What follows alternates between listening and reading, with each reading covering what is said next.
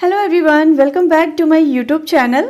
तो गाइज आज हम सीखने वाले हैं प्रेजेंट टेंस, पास्ट टेंस और फ्यूचर टेंस के बारे में। तो चलिए शुरू करते हैं। तो यहाँ आपको स्क्रीन पर 3 सेंटेंस दिखाई दे रहे हैं। पहला, मैं करता हूँ, ये एक प्रेजेंट सेंटेंस है। दूसरा, मैंने किया, ये एक पास्ट सेंटेंस है।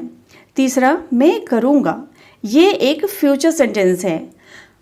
अब हम देखेंगे कि इन तीनों सेंटेंसेस को अलग अलग किस तरीके से ट्रांसलेट किया जाता है। ठीक है, तो हमारा पहला सेंटेंस है मैं करता हूँ, आई डू। मैं के लिए हम इंग्लिश में वर्ड यूज़ करेंगे आई, और करने की इंग्लिश होती है डू। तो सिंपली इसे हमें बोलना है आई डू। मैंने किया, ये एक पास्ट सेंटेंस है जिसका मतलब है कि काम हो चुका है, यानी जो आपको काम मिला था ना उसे आपने कर लिया है। तो मैंने किया, इसकी इंग्लिश होगी आई डिड। तो प्रेजेंट में डू का यूज़ करेंगे और पास्ट में डिड का यूज़ करेंगे। Is that clear? जैसे मैं करता हूँ, ये एक प्रेजेंट सेंटेंस है, तो इसे हम इंग्लिश में क्या बोलेंगे? I do. मैंने किया, ये एक पास्ट सेंटेंस है जिसे हम इंग्लिश में बोलेंगे आई डिड। समझ में आ रहा है ना आप लोगों को? अगला क्या है उसे हम देख लेते हैं। मैं करूँगा, मैं करूँगा, ये एक फ्यूचर सेंटेंस है। यहाँ मैं के लिए हम आई वर्ड का यूज़ करेंगे और करूँगा के लिए विल वर्ड का यूज़ किया जाता है। जैसे इस तरीके से आपको हमेशा याद रखना है कि जब कभी फ्यूचर की बात की जाती है तो वहाँ विल वर्ड का यूज़ करके सेंटेंस को बनाया जाता है। जैसे मैं करूँगा, आई विल डू। तो इस तरह से आप लोगों को डिफरेंस समझ में आ रहा होगा कि कहाँ डू का यूज़ करना है, कहाँ डिड का यूज़ करना है और कहाँ विल का यूज़ करना है। जहाँ कहीं भी प्रेजेंट की बात की जाती है वहाँ आई के साथ डू का यूज़ किया जाता है। फॉर एग्जाम्पल, मैं करता हूँ, ये एक प्रेजेंट सेंटेंस है, तो इसका इंग्लिश क्या हो जाएगा? I do. जहाँ पास्ट की बात होती है वहाँ आई के साथ डिड का यूज़ किया जाता है, जैसे मैंने किया। और जहाँ फ्यूचर की बात होती है वहाँ आई के साथ विल वर्ड का यूज़ किया जाता है, जैसे आई विल डू। ओके, अब इसी तरीके से हम कुछ और सेंटेंसेस की प्रैक्टिस करेंगे। जैसे कि आपको बोलना हो कि मैं अपना काम करता हूँ, मैं अपना काम करता हूँ, तो ये एक प्रेजेंट सेंटेंस है। इसे हम इंग्लिश में बोलेंगे I do my work, I do my work. अपना काम के लिए इंग्लिश में क्या बोलेंगे? My work. तो इस तरह से पूरा सेंटेंस क्या बना? मैं अपना काम करता हूँ, आई डू माई वर्क। अगला सेंटेंस क्या है? मैं अपना काम नहीं करता हूँ, मैं अपना काम नहीं करता हूँ। अब ये प्रेजेंट सेंटेंस तो है लेकिन ये एक नेगेटिव सेंटेंस है, तो इसे हम कैसे बनाएंगे? I do not. डू के साथ हम नॉट लगाकर इस सेंटेंस को पूरा करेंगे, जैसे I do not do my work, I do not do my work. या फिर इसे आप ऐसे भी बोल सकते हैं, I don't do my work, I don't do my work. अगला सेंटेंस क्या है? मैंने अपना काम किया। इससे ये पता चल रहा है कि जो आपको काम मिला था ना, आपने उस काम को कर लिया है, यानी ये एक पास्ट सेंटेंस है। तो इसकी इंग्लिश कैसे बनेगी? I did my work. मैंने अपना काम किया, इसकी इंग्लिश क्या हो जाएगी? I did my work. अब अगर आपको बोलना हो कि मैंने अपना काम नहीं किया, तो पास्ट की बातें हो रही है, लेकिन हो क्या रही है कि मैंने अपना काम नहीं किया, यानी ये एक नेगेटिव सेंटेंस है। तो इसे हम इंग्लिश में कैसे बनाएंगे? I did not do my work, I did not do my work. इसे आप ऐसे भी बोल सकते हैं, I didn't do my work, I didn't do my work. अब अगर आपको बोलना हो कि मैं अपना काम करूँगा, मैं अपना काम करूँगा, तो ये एक फ्यूचर सेंटेंस है। फ्यूचर में कब करूँगा पता नहीं है, ठीक है? तो मैं अपना काम करूँगा, इसकी इंग्लिश क्या हो जाएगी? I will do my work, I will do my work. अगला सेंटेंस क्या है? मैं अपना काम नहीं करूँगा। फ्यूचर में यहाँ साफ साफ पता चल रहा है कि मैं अपना काम नहीं करूँगा। तो इसकी इंग्लिश क्या हो जाएगी? I will not do my work. I will not do my work.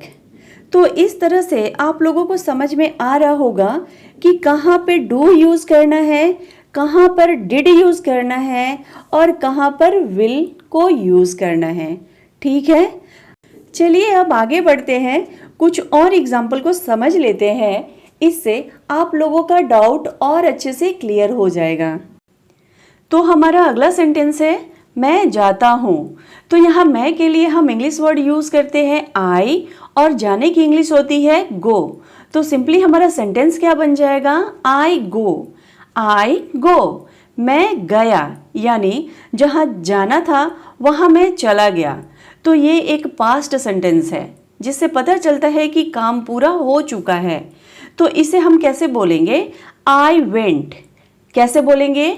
I went. मैं जाऊंगा। तो ये एक फ्यूचर सेंटेंस है, कब जाऊंगा पता नहीं है। तो इसकी इंग्लिश कैसे बन जाएगी? आई विल गो। आई विल गो। अब अगर आपको बोलना हो कि मैं वहाँ जाता हूँ, तो इसे हम कैसे बनाएंगे? तो इसकी इंग्लिश हो जाएगी क्या? I go there. I go there. There का मतलब होता है वहाँ। मैं वहाँ गया। तो ये एक पास्ट सेंटेंस है जिससे कि पता चलता है कि मैं वहाँ चला गया। तो इसकी इंग्लिश कैसे बन जाएगी? I went go there. I went go there. मैं वहाँ जाऊँगा, कब जाऊँगा पता नहीं। तो इसे हम इंग्लिश में कैसे बनाएंगे? I will go there. क्योंकि हमारा ये फ्यूचर सेंटेंस है ना, तो इसे हम कैसे बनाएंगे? I will go there. I think आप लोगों का डाउट क्लियर हो रहा होगा कि ये सारे सेंटेंस किस तरह से बन रहे हैं, है ना? तो आगे हम कुछ और एग्जाम्पल्स को देख लेते हैं। जैसे मैं कहता हूँ, इसकी इंग्लिश क्या होगी? आई से। और ये क्या है? एक प्रेजेंट सेंटेंस है। से का मतलब यहाँ कहना होता है। मैंने कहा, तो यहाँ इससे पता चल रहा है कि ये पास्ट की बातें हो रही है, यानी जो मुझे कहना था मैंने कह दिया है। तो मैंने कहा, इसकी इंग्लिश क्या हो जाएगी? I said. I said. मैं कहूँगा, कब कहूँगा फ्यूचर में पता नहीं। मैं कहूँगा, इसकी इंग्लिश क्या हो जाएगी? I will say. I will say. यहाँ पे आपको ध्यान में रखना है कि जब भी सेंटेंस प्रेजेंट में और फ्यूचर में हो तो वहाँ पर हम सब्जेक्ट के साथ वर्ब की फर्स्ट फॉर्म का यूज़ करते हैं। अब आपका सवाल ये हो सकता है कि सब्जेक्ट क्या होता है? देखिए, सब्जेक्ट होते हैं I, we, you, they, he, she, it, या किसी पर्सन के नाम सब्जेक्ट होते हैं। ये सारे हमारे क्या है? सब्जेक्ट होते हैं। इनके साथ हम हमेशा वर्ब का फर्स्ट फॉर्म ही यूज़ करेंगे। कब? जब हमारा सेंटेंस प्रेजेंट में है या फिर फ्यूचर में है। फॉर एग्ज़ाम्पल, अगर आपको बोलना हो कि मैं कहता हूँ, मैं कहता हूँ, ये एक प्रेजेंट सेंटेंस है, तो इसमें जो आई है वो हमारा क्या है? सब्जेक्ट है, और यहाँ जो से है वो हमारा वर्ब है। Is that clear? I think आपको समझ में आ रहा होगा। और फ्यूचर में भी हम वर्ब का फर्स्ट फॉर्म का ही यूज़ करते हैं। बस उसमें करना क्या है कि सब्जेक्ट जो हमारा होता है उसके साथ विल को ऐड कर देना है। Is that clear? तो अब हमें चेंज कहाँ करना है? हमें चेंज करना है बस पास्ट में। पास्ट में इतना ध्यान में रखना है कि सब्जेक्ट के साथ वर्ब का सेकंड फॉर्म का यूज़ होता है। जैसे कि मैंने कहा, ये एक पास्ट सेंटेंस है ना, तो हम यहाँ पे से की जगह सेड वर्ड का यूज़ करेंगे। तो हम क्या बोलेंगे? I said. इसका मतलब हुआ मैंने कहा। मैं सोचता हूँ, तो ये एक प्रेजेंट सेंटेंस है, तो इसे हम बोलेंगे I think. I think. Think का मतलब सोचना होता है। मैंने सोचा, तो ये एक पास्ट सेंटेंस है ना, यहाँ सोचने का काम हो चुका है, तो इसकी इंग्लिश क्या होगी? आई थॉट, मैं सोचूंगा। कब सोचूंगा पता नहीं, ये एक फ्यूचर सेंटेंस है, तो इसकी इंग्लिश हो जाएगी आई विल थिंक। मैं इस बारे में सोचूंगा, इसकी इंग्लिश होगी I will think about it.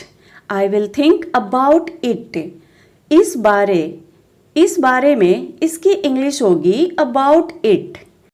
मैं बेचता हूँ, इसकी इंग्लिश हो जाएगी आई सेल। यहाँ बेचने का काम हो रहा है ना, तो इसकी इंग्लिश होगी आई सेल। मैंने बेचा, तो ये एक पास्ट सेंटेंस है, यहाँ बेचने का काम हो चुका है, तो इसकी इंग्लिश होगी I sold.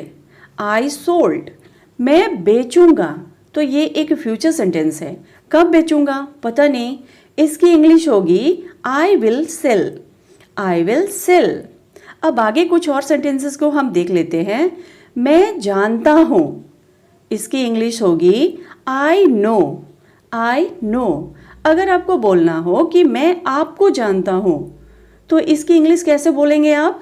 I know you. मैं जानता था, तो ये एक पास्ट सेंटेंस है ना, तो इसे हम बोलेंगे आई न्यू।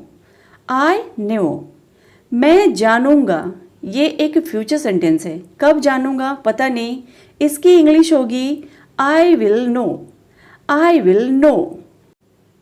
मैं आता हूँ, तो ये एक प्रेजेंट सेंटेंस है, इसे हम इंग्लिश में बोलेंगे आई कम। मैं अभी आता हूँ, अगर आपको ऐसे बोलना हो तो आप कैसे बोलेंगे? आई कम नाउ। अभी का इंग्लिश नाउ होता है। मैं आया, तो ये एक पास्ट सेंटेंस है, तो इसकी इंग्लिश कैसे हम बोलेंगे? आई केम। मैं आऊँगा, कब आऊँगा पता नहीं है, ये एक फ्यूचर सेंटेंस है, तो इसकी इंग्लिश कैसे हो जाएगी? I will come. मैं कल आऊँगा, आई विल कम टुमारो। इसकी इंग्लिश क्या होगी? I will come tomorrow. यानी कि यहाँ आपको पता चल रहा है कि जो भी आने वाला है वो कल, यानी कि आने वाला जो कल है, कल को आने वाला है। मैं अभी आता हूँ, तो इसका इंग्लिश हो जाएगा I will come right now. तो फ्रेंड्स, आज की क्लास में बस इतना ही। आई होप कि आपके लिए आज की क्लास हेल्पफुल रही हो। आज की क्लास में मैंने आपको बहुत बेसिक से समझाने की कोशिश की है कि कैसे आप डिफरेंट तरीके से सेंटेंस को बना सकते हैं और बोल सकते हैं। तो अगर यह वीडियो आपके लिए हेल्पफुल रही हो तो इस वीडियो को लाइक करें और कमेंट करके बताइए कि यह वीडियो आपको कैसा लगा।